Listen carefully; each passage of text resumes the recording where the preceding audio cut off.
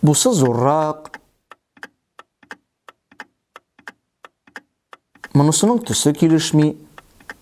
Ә менә монысы әйбәт булырга охшаган. Ассаламу алейкум. Исәнмесез? Ничек уйлыйсыз? Бу түбәтәй миңа килешәме? Әгәр шулай дип сорасам, кемдер килешә, ә кемдер килешми диячәк.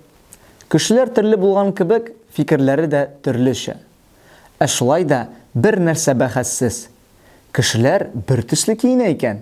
Димәк, аларны нәрсәдер берләштерә.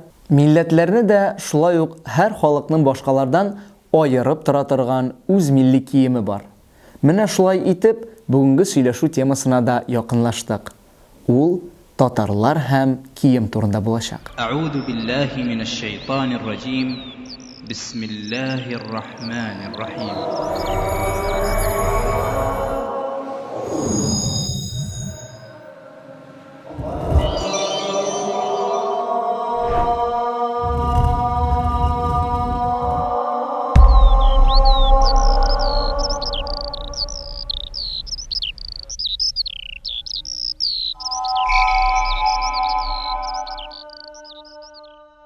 Һәр бер халык үзенең яшәү урынына карап, үзенең киеме белән аерылып торган.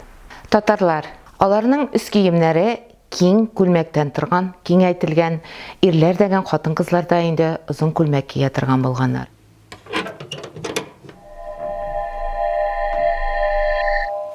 Әйе, авыл халкы белән шәһәр халкының киемнәре нык аерылып торган. Авыл халкы гади генә итеп киенгән. Ә инде әгәр дә тарихка тукталып китсәк, безнең киемнәр өлкәннәр һәм инде яшьрәкләр ак төстәге киемнән киенә торган булганнар.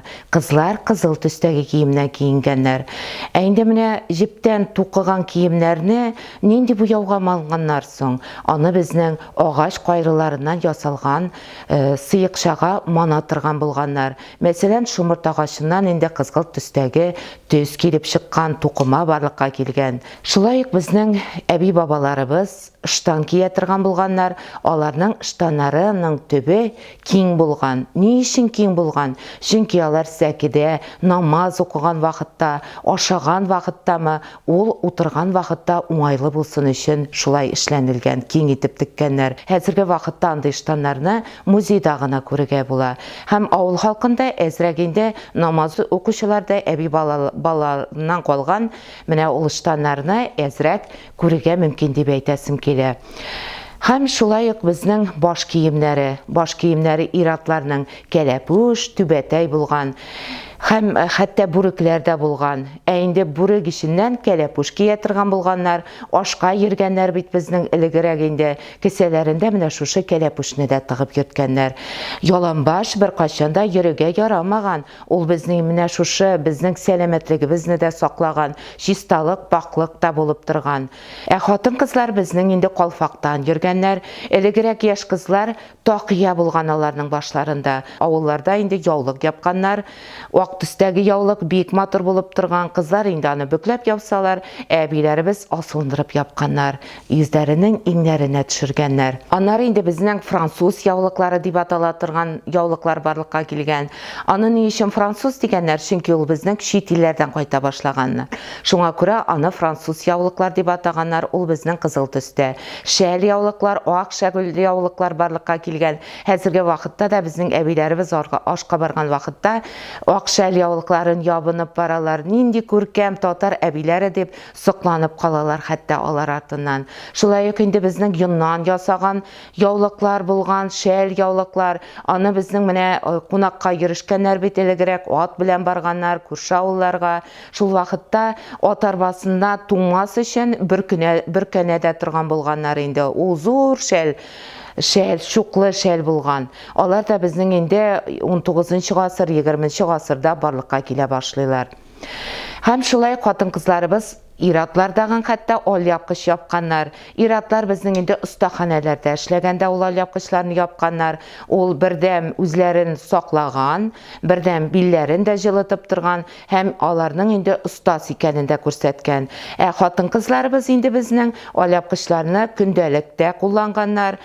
Безнең тора бара, аннары соң инде түшсез алъяпкычлар барлыкка килә башлай. Элегрәк инде ул безнең канат сыман формада була, түш белән ясалган була.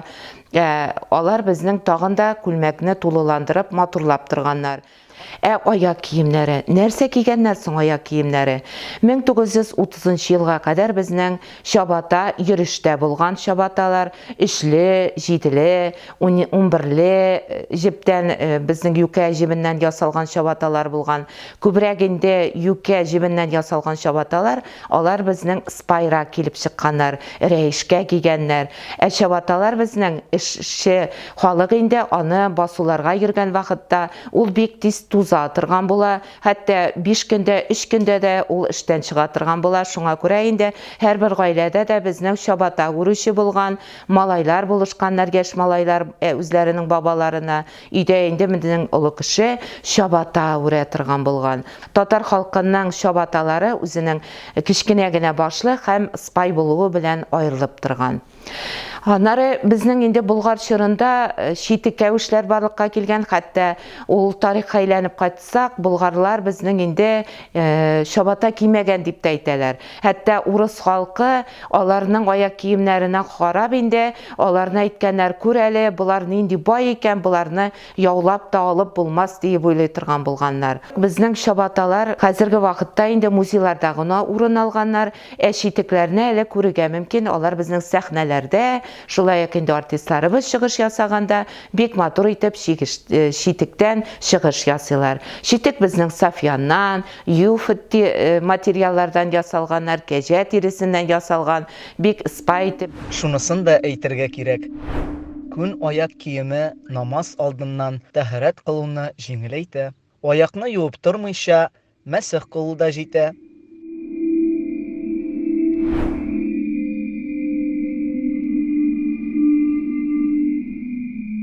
Хатын-кызлар әле безнең шулай ук инде аларның киемнәрендә безнең изү торган, яисә күкрәкчә дип атаганнар. Изү ул бигрәк тә инде хатын-кызларның, имезүче хатын-кызларның күкрәгендә саклап торган. Яшь баланы кырда да, басуда да имезгәннәр бит. Ул инде менә салкын тидермәгән, үзенең күкрәкләренә күздә тидүдән саклап торган.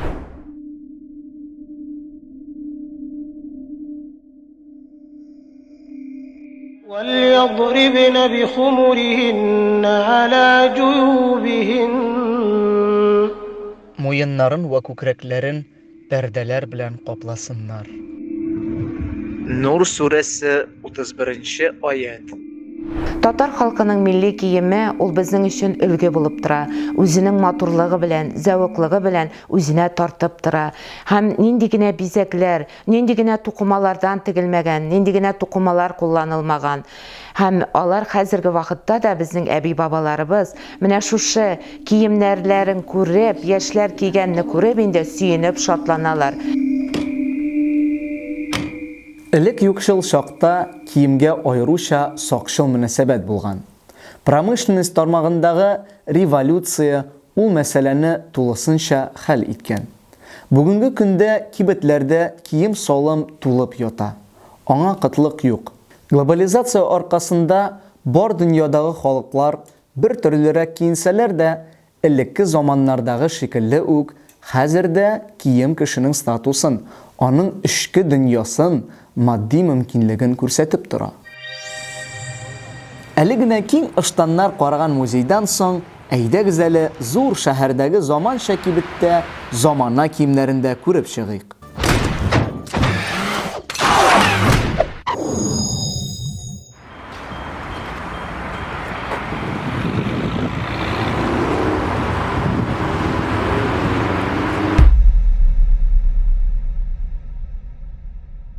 Хабиби мусульман киемнәре кибете үзенең яңа язгы коллекциясеннән берничә образ тәкъдим итә. Беренчесе аның офиста һәм мәктәптә эшләүче ханымнарга туры килүче блузка һәм юбкадан торган комплект. Пудра төсендәге, җиңнәре фонарик формасында эшләнгән, җиңел тукымадан тегелгән блузка классик стилендәге көрән төстәге юбка белән яраштырылган. Принтлы креп палантин бу образны тулысынча тулыландырып тора. Шундый уңайлы, тәнгә рәхәт булган, иркен итеп, шәригать кануннарына туры китерелеп тегелгән күлмәк беркемне дә битараф калдырмас. Бу образга без җиңелчә алсу төстәге мамык кебек йомшак палантин сайладык. Шушы матур күлмәкне көндәлек итеп тә кунакка барганда да кия аласыз. Бу күлмәк комфорт өчен тегелгән. Итәгенең формасы бик матур итеп каскад стилендә эшләнгән. Алгы өлешендә уңайлы замогы да бар. Безнең кибетләрдә бу модель күлмәк ике искиткеч төстә тәкъдим ителә. Беренчесе аның яшел төстә, ә икенчесе инде зәңгәр төстә. Яулыкка килгәндә, без аны бермә-бермә рәвештә муеннарны капларлык итеп бәйләдек. Яз-җәй айларында көндәлеккә киергә бу образ бер дигән. Бу сокландыргыч образ никах туе өчен кәләшләргә дип тегелгән. Зәвыклы, шул ук вакытта тыйнак та. Күлмәкнең җилкәләрендә ялтыравыклы бизәкләр, җиңнәре нәзакәтле итеп югары манжетада махсус туй сәдәфләре белән эшләнгән. Чаллы шәһәре салонында бездән күлмәк алган кәләшләргә осталарыбыз никах көнне яулыкны түләүсез бәйлиләр.